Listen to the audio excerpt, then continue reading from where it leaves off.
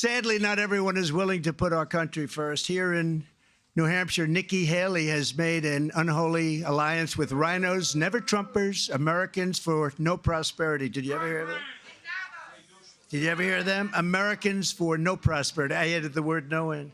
Globalists and radical left communists to get liberals and Biden supporters to vote for her in the Republican primary. You got a lot of Democrats voting for her. You have a crazy election. Let's all get out and let's vote for somebody that we want to run against. They want to run against because she's so easy to beat. If you look at the polls, Biden beats her by a lot. We cannot have that. We cannot have gone this far and let that happen. The people behind Nikki Haley are pro-amnesty, pro-China, pro-open borders, pro-war, pro-deep state, and pro-Biden. That's not too good. Rhino is right. Yeah, that's true. Thank you. Thank you, darling. Appreciate it. She just gave me a very good idea, actually. Our movement is pro-borders, pro-jobs, pro-freedom, and it's really something that's very, like, common sense. 100% pro-America. It's very simple. We are the party of common sense, and that's what we are. You know, we're conservative, we're this, we're that. Who cares? We're the party of, it's all about common sense. It's about strong borders, low taxes, great education, few regulations, and we had it all. We've never had an economy in history, in the history of our country, we never had an economy so good as it was just a few years ago. We never had a better border, a stronger border than we had.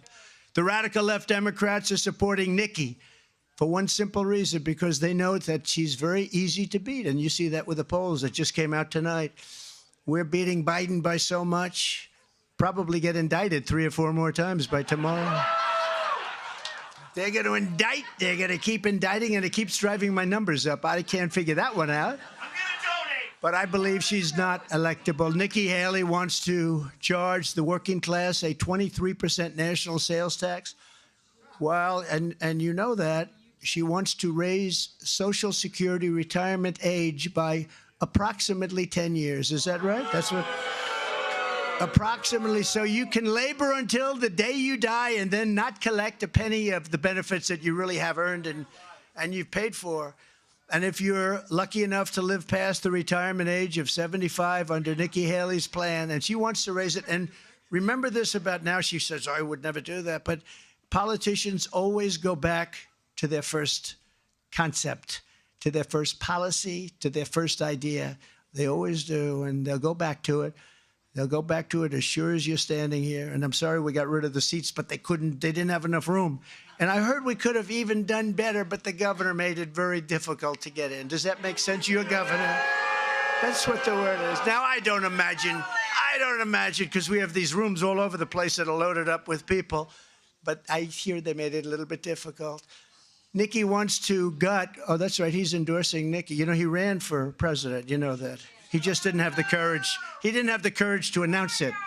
He ran and ran and ran, and he was polling somewhere around Asa Hutchinson, or as I call him, Ada Hutchinson. Remember? Ada Hutchinson. So he was polling right around there. Then he decided not to run, if you looked at the poll numbers, but he never announced, didn't have the courage to announce. He wants to gut Medicare using the Paul Ryan, you talk about RINO, that's a RINO. And it was a scheme that led to Democrat ads showing Granny being wheeled off the cliff, just being wheeled off the cliff. You remember that ad? That was not a great ad for us. With your vote for our campaign on Tuesday, so important, most important vote you're ever going to take or make, you can declare that the Republican Party is never going to go back to those days of weak establishment candidates who preach cutting Medicare and Social Security at home while they spend trillions and trillions of dollars on endless wars all over the place in countries that you've never even heard of and countries that don't want us. It's a terrible thing.